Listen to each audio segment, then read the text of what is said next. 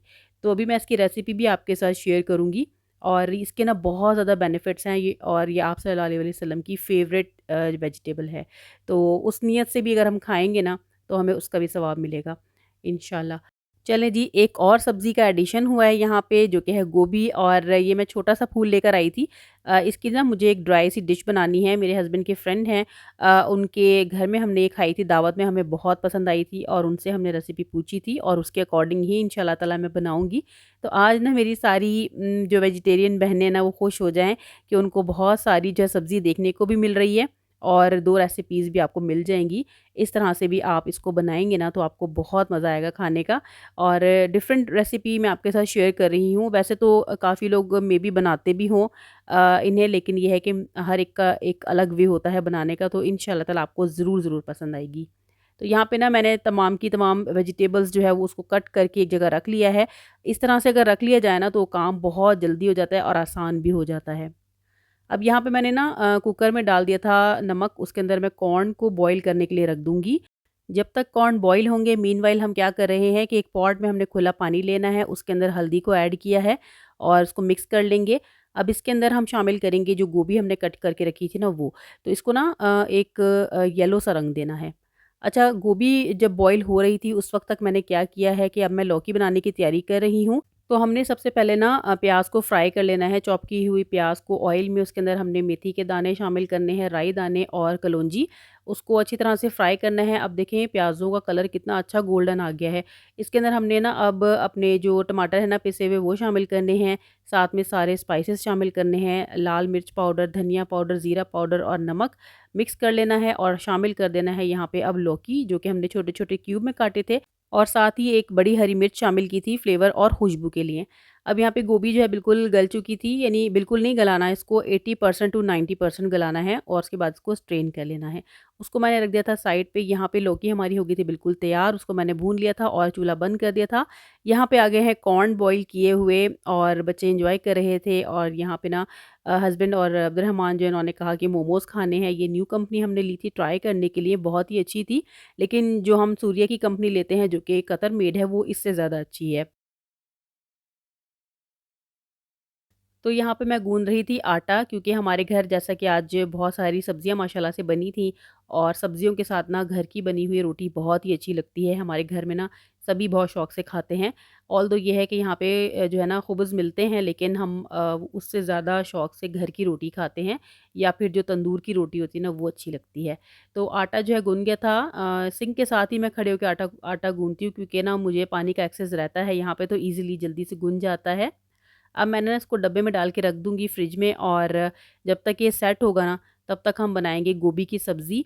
क्योंकि आपने देखा होगा मैंने आपके साथ गोभी को सिर्फ़ बॉयल करते हुए दिखाया था।